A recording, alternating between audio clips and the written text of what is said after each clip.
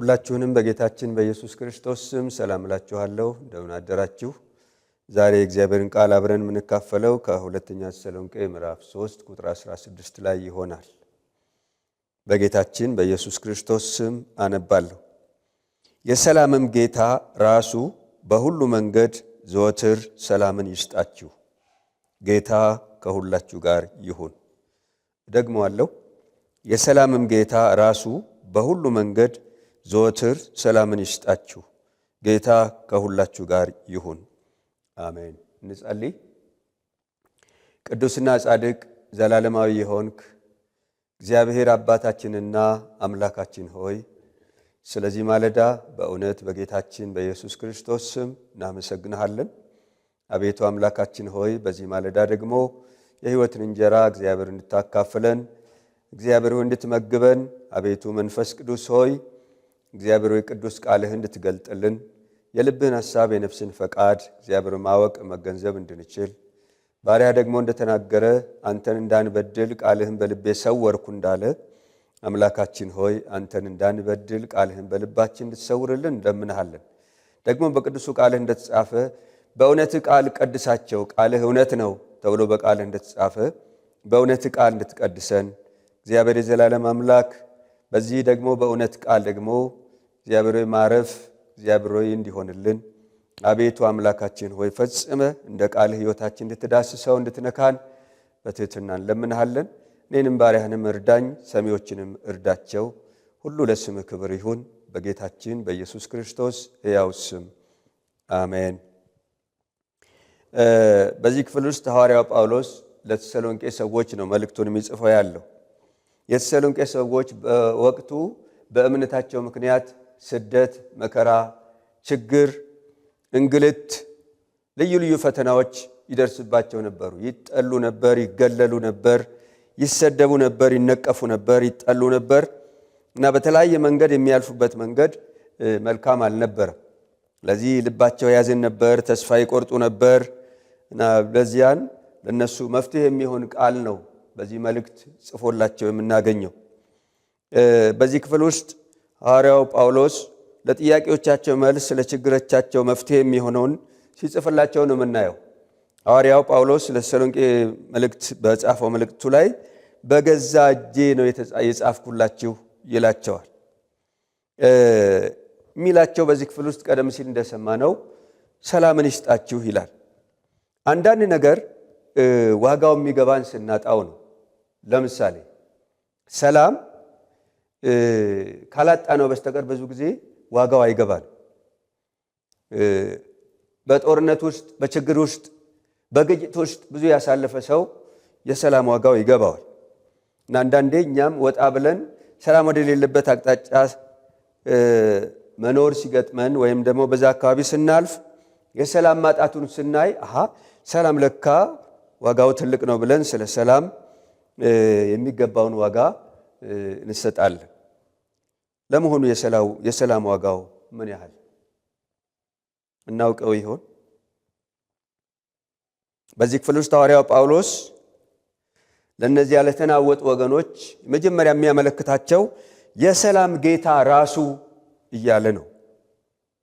ዓይኖቻቸውን ከሚያዩትና ከሚሰሙት ወይም በሚያልፉበት የተለያዩ ችግሮችና ፈተናዎች ሁሉ ይልቅ በዚያ እንዳይወሰዱ፣ በዚያ ሰምጠው እንዳይቀሩ፣ ልዩ ልዩ መከራ፣ ተስፋ የሚያስቆርጥ ነገር ውስጥ ሲያልፉ በዚያ ተናውጠው ተስፋ ቆርጠው ከአምላካቸው እንዳይለዩ፣ ወደኋላ እንዳይሉ ማንን ወደየት መመልከት እንዳለባቸው አቅጣጫ ሲያሳያቸው ነው የምናየው። የሰላም ጌታ ራሱ እያለ ማለት ነው። ዓይኖቻቸውን ከስጋ ለባሽ ላይ እንዳያደርጉ፣ እንዲሁም ደግሞ ማንም አይነት ነገር ላይ በሚያልፈው ነገር ላይ እንዳያደርጉ የሰላም ጌታ አለ ይላቸዋል። ክብር ለእግዚአብሔር ይሁን። የሰላም ጌታ ራሱ ሲል ሳያውቁት ያወቃቸው፣ ቅዱስ ደሙን በቀራንዮ መስቀል ላይ ያፈሰሰላቸው፣ ከዕለት ከስትንፋሳቸው ሁሉ ይልቅ ቅርብ የሆነላቸው፣ ከወዳጅ ሁሉ ይልቅ አብልጦ የሚጠጋጋላቸው የሰላም ጌታ እንዳለ፣ የሚጠጋጋቸው ወዳጅ እንዳለ፣ ሞትን ድል አድርጎ የተነሳ ወዳጅ እንዳለ ያመለክታቸው የሰላም ጌታ ራሱ ብሎ ይናገራል። ይሄ ማለት ምን ማለት ነው? የሰላም ምንጭ ወደ ሆነው ጌታ፣ ሁሉ ወደሚገዛለት፣ በሁሉ ላይ ስልጣን ወዳለው ጌታ እያለ የሚያመለክታቸው ወደዚያ ነው። ሰዎች ሁሉ አይኖቻቸውን በሰላም ጌታ ላይ እንዲያደርጉ። ኢየሱስ የሰላም ጌታ ነው። ኢየሱስ የሰላም ንጉሥ ነው። ክብር ለእግዚአብሔር ይሁን። ጌታችን ኢየሱስ ክርስቶስ በዚህ ምድር ሲመላለስ ለደቀ መዛሙርቱ ካስተማራቸው ትምህርት አንዱ ሰላሜን ተውላችኋለሁ፣ ሰላሜን እሰጣችኋለሁ፣ እኔ የምሰጠው ሰላም ዓለም እንደሚሰጥ አይደለም፣ ስለዚህ ልባቸው አይታወክ አይፍራም ብሎ በዮሐንስ ወንጌል ምዕራፍ 14 ቁጥር 27 ይናገራል። ጳውሎስ በሮም በቀዝቃዛው እስር ቤት ታስሮ እያለ ፊልጵስዩስ 4 ከ4-7 ሲናገር ሁልጊዜ በጌታ ደስ ይበላችሁ እያለ እስር ቤት ያለ ሰው እንዴት ነው ደስታ ሊያገኝ የሚችለው? ሚስጥሩ አንድ ነው።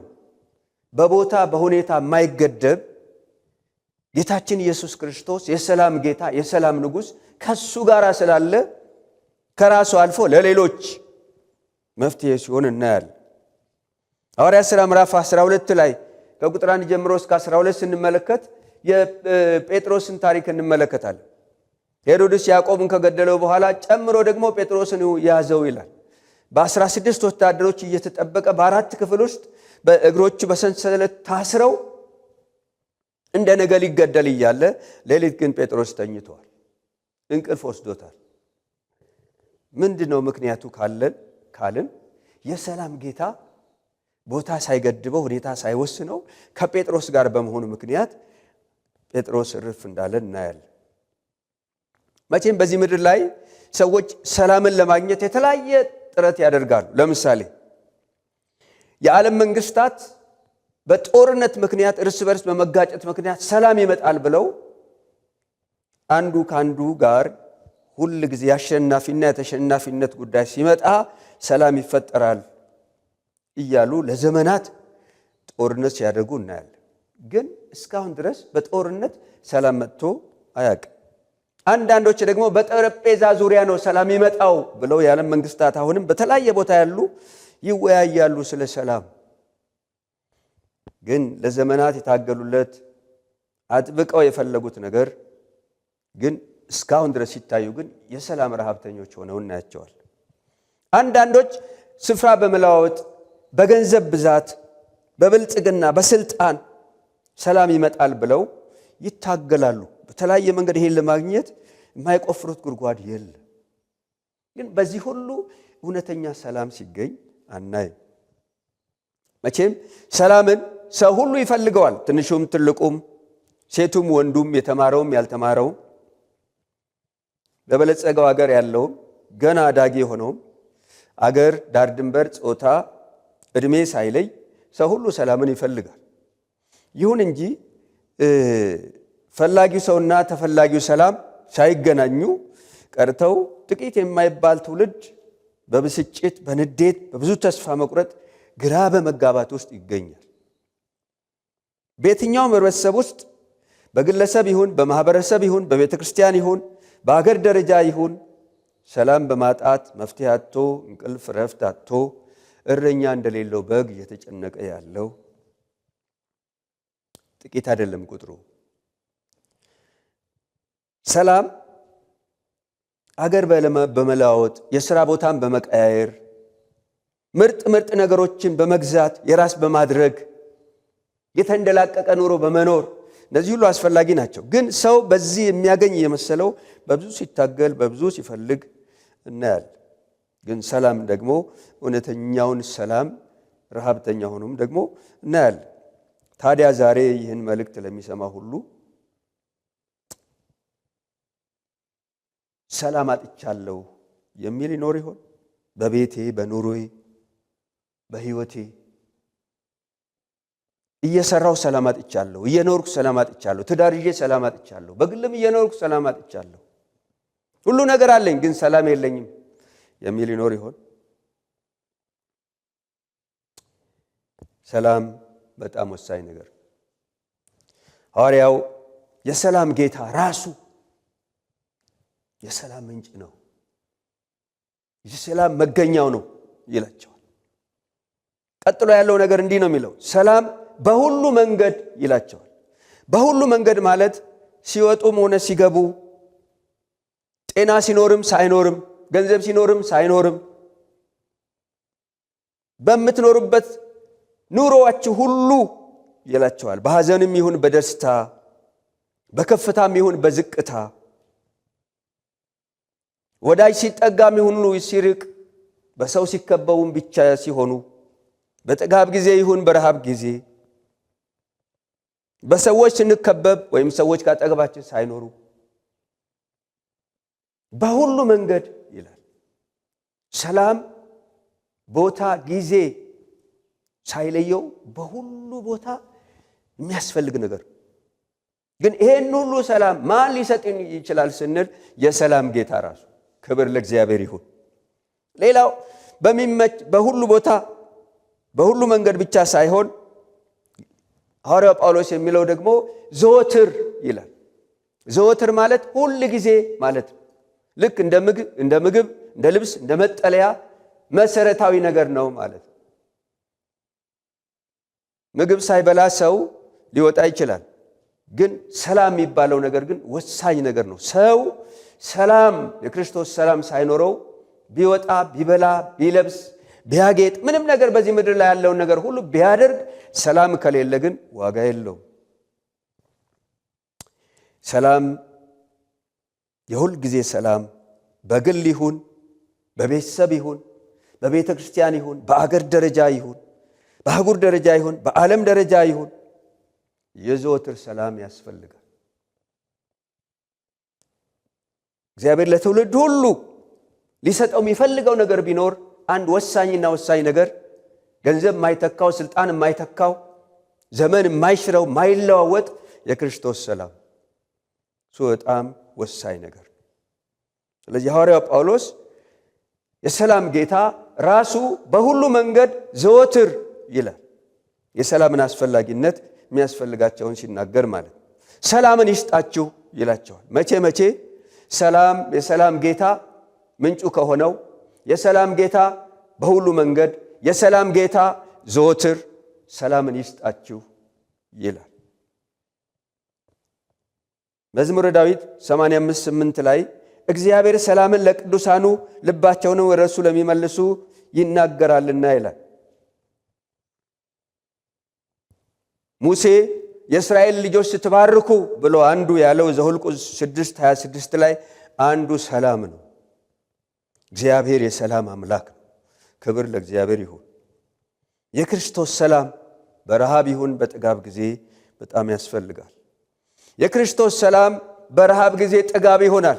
የክርስቶስ ሰላም በሕመም ጊዜ ፈውስ ይሆናል። የክርስቶስ ሰላም በድካም ጊዜ ጥንካሬ ይሰጣል።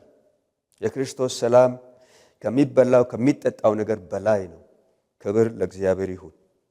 ብዙ ነገር በገንዘብ መግዛት ይቻላል። ሰላምን ግን ማንም ሰው በገንዘብ ሊገዛው አይችልም። በክርስቶስ ኢየሱስ በማመን ብቻ የሚገኝ ነው። ክብር ለእግዚአብሔር ይሁን። መቼም በዚህ ምድር ላይ ሰዎች ይኖራሉ። አንዳንዶች የክርስቶስ መልእክተኞች ናቸው፣ የእግዚአብሔር መልእክተኞች ናቸው። አንዳንዶች ደግሞ የሰይጣን መልእክተኞች ናቸው። የዚህ ዓለም ገዢ የሆነው ሰይጣን ከምንም በላይ ሰዎች በሚልካቸው ሰዎች በኩል ሰላም የሚያደፈርሱ ሰላም የሚያሳጡ ናቸው። ሰይጣን ሁላችንም እንደምናውቀው የሰላም ጠላት፣ ኢየሱስ ግን የሰላም ንጉሥና የሰላም ጌታ ነው። ክብር ለእግዚአብሔር ይሁን። እሱ የሰላም አምላክ ነው። በሮሜ 16:20 ላይ የሰላምም አምላክ ሰይጣንን ከእግራችሁ በታች ፈጥኖ ይቀጠቅጠዋል ይላል። ለዚህ ሰላምን በሚያሳጣው ላይ የበላይ የሆነ አንድ አለ፣ የሰላም ጌታ የናዝሬቱ ኢየሱስ። ክብር ለእግዚአብሔር ይሁን። ለዚህ ሰላም በሌለበት ቦታ ሁሉ ነገር አይመችም። ስለዚህ ሰላም ወሳኝ ነው። ዛሬ ይህን መልእክት ለምትሰሙ ሰላም በሕይወቴ የለም፣ ሰላም በሥራ ቦታዬ የለኝም፣ ሰላም በቤተሰቤ መካከል የለም፣ ሰላም በመስሪያ ቤቴ የለም፣ ሰላም በኑሮዬ ውስጥ የለም፣ በጭንቀት ነው፣ ግራ በመጋባት ነው፣ እረኛ እንደሌለው በግ ነው እየተቅበዘበዝኩ የምኖረው። ስለዚህ ሰላምን እውነተኛውን ሰላም እንዴት አግኝቼ ማረፍ እችላለሁ ብሎ ለሚጠይቁ ባላችሁበት ባላችሁበት ቦታ ይሄ የሰላም ጌታ ድንበር፣ ቦታ፣ አጥር፣ አገር ሳይለይ በሁሉ ስፍራ ይገኛል። ክብር ለእግዚአብሔር ይሁን። ሰላምን ለሚፈልጉ በክርስቶስ ኢየሱስ ሞትና ትንሣኤ አምነው ንስሐ ገብተው ኢየሱስ ክርስቶስን የግላቸው መድኃኒታቸው፣ ጌታቸው፣ አዳኛቸው አድርገው ለሚቀበሉ ሁሉ ወንድ ይሁን ሴት፣ የተማረ ይሁን ያልተማረ፣ ድሃ ይሁን ባለጠጋ የሆነ ሰው ይህን የሰላም ጌታ እቀበላለሁ ካለ የሚፈልግ ካለ ዛሬ ጋብዛለሁ ወደዚህ ሰላም ጌታ እንድትመጡ። የሰላም ጌታ የነፍስ ረፍት ይሰጣል። በማቴዎስ ወንጌል ምዕራፍ 11 ቁጥር 27 እስከ 30 እንዲህ ነው የሚለው። 28 እስከ 30 እንዲህ ይላል፣ እናንተ ደካሞች ሸክማችሁ የከበደ ሁሉ ወደ እኔ ኑ፣ እኔም አሳርፋችኋለሁ። እኔ የዋህ በልቤም ትሑት ነኝና ለነፍሳችሁ ረፍት ታገኛላችሁ። ቀንበሬ ልዝብ ሸክሜም ገሊል ነውና ይላል። እና የሰላም ጌታ ጥሪ ያደርጋል። እናንተ ደካሞች፣ ኃጢአት ያደከማቸው፣ ሰይጣን ያደከማቸው፣ በዚህ ምድር ላይ በብዙ እንግልት ውስጥ ያሉ፣ ግራ የተጋቡ፣ ባሉበት ስፍራ ሆነው ማን ይድረስልኝ ለሚሉ የሰላም ጌታ ጥሪ ያደርጋል። ስለዚህ ከኔ ጋር አብረን ይህን ጸሎት እንጸልይና ኢየሱስ ክርስቶስን የሰላምን ጌታ ወደ ልባችሁ እንድትጋብዙ እጋብዛችኋለሁ። ስለዚህ እኔ የምለውን አብራችሁ እንድትሉ አበረታታችኋለሁ። ጌታ ኢየሱስ ሆይ የሰላም ጌታ ስለሆንክ አመሰግንሃለሁ። እኔ ሰይጣንን፣ ስራውን፣ ሐሳቡን፣ ዓለምን ክጃለሁ። አንተን የሰላም ጌታ የሆንከውን ኢየሱስ ክርስቶስን ጌታዬ፣ አዳኜ፣ አምላኬ አድርጌ እቀበልሃለሁ። ኃጢአቴን ይቅር ስላልከኝ አመሰግንሃለሁ።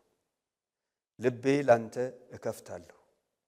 ሰላምህ እንደ ወንዝ በሕይወቴ በነፍሴ በውስጤ ይፍሰስ። ስለተቀበልከኝ አመሰግንሃለሁ። የኃጢአት ይቅርታ ስለሰጠኸኝ አመሰግንሃለሁ። የዘላለም ሰላም ካንተ ዘንድ የሆነውን ስለሰጠኸኝ አመሰግንሃለሁ። በጌታችን በኢየሱስ ክርስቶስ ስም አሜን። ቀጥሎ ደግሞ አብረን የምንጸልየው ምናልባት በጌታ ሆናችሁ ሰላም የለኝም የምትሉ ይህን መልእክት የምትሰሙ ካላችሁ የሰላም ጌታ እናንተን በሰላም ባርኮ ለተጨነቀው፣ ግራ ለተጋባው፣ ሰላም ላጣው፣ በብዙ ጭንቀት በብዙ ተስፋ መቁረጥ ውስጥ ላለው ትውልድ፣ በጨለማ ላለው ትውልድ የሰላምን ጌታ ይዛችሁ ለሰላም መፍትሄ እንድትሆኑ ይፈልጋል። በምስራቅ፣ በምዕራብ፣ በሰሜን፣ በደቡብ ያላችሁ የሰላምን ጌታ ይዛችሁ ለትውልድ ሁሉ የሰላምን ጌታ እንድታውጁ፣ የሰላምን ቃል እንድታውጁ፣ ባላችሁበት አካባቢ ጠብ ቢሆን፣ ጦርነት ቢሆን፣ አለመግባባት ቢሆን፣ ነውጥ ቢሆን በዚያ ትውልድ መካከል የሰላምን ጌታ እንድታስተዋውቁ አበረታታችኋለሁ። የሰላም ጌታ የናዝሬቱ ኢየሱስ የሰላም ጌታ ባለበት ነውጥ ያለው ጸጥ ይላል። ሽብር ቢሆን ጸጥ ይላል። የሰላም ጌታ ዛሬም ሁሉን መግዛት ይፈልጋል። በጠላት በሰይጣን ምክንያት የተሸበሩ፣ ግራ የተጋቡ፣ ተስፋ የቆረጡን ሁሉ ነፃ ለማውጣት እግዚአብሔር አንድ የላከልን ትልቁ መሳሪያ ቢኖር የሰላም ጌታ የሆነውን ኢየሱስ ክርስቶስን። ኢየሱስ ክርስቶስ የሰላም ጌታ ነው። ኢየሱስ ክርስቶስ የሰላም ንጉሥ ነው። መንገዳችሁን እንዲያቀና፣ ሕይወታችሁን በዚህ እንዲባርክ፣ የሰላም መልእክተኞች እንድትሆኑ እኔና እናንተ አብረን እንጸልይ። የሰማነውን ቃል እግዚአብሔር ይባርክልን። ቅዱስና ጻድቅ ዘላለማዊ የሆንክ እግዚአብሔር አባታችንና አምላካችን ሆይ ስለ ቅዱሱ ቃልህ እናመሰግንሃለን።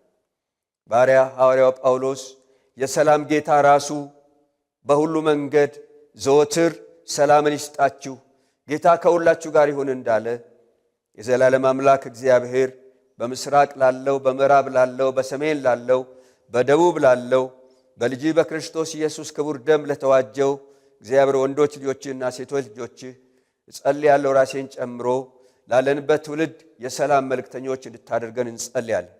ለቤተሰባችን የሰላም መልእክተኞች እንድታደርገን እንጸልያለን። ለዚህች ምድር ለአህጉራችን የሰላም አምባሳደሮች እንድታደርገን እንጸልያለን።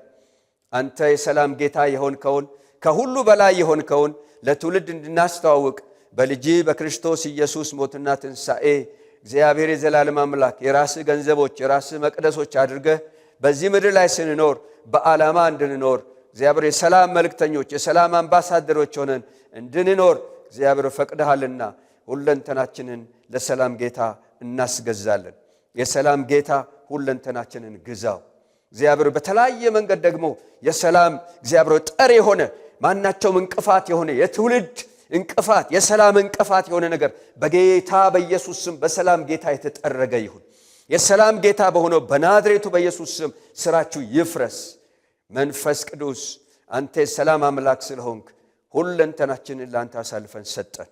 እንደ ቃልህ ምድራችንን በሰላም ስለምትባርክ ትውልዳችንን በሰላም ስለምትባርክ እግዚአብሔር አህጉራችንን በሰላም ስለምትባርክ ዓለምን ሁሉ በሰላም ስለምትባርክ የሰላም ጌታ የሆንከው የናዝሬቱ ኢየሱስ ክብር፣ ስግደት፣ አምልኮ፣ ውዳሴ ከዘላለም እስከ ዘላለም ላንተ ብቻ ይሁን። እንሰግድልሃለን። ይህን ሁሉ ጸለይን በጌታችን በኢየሱስ ክርስቶስ ሕያው ስም አሜን። እግዚአብሔር ይባርካችሁ።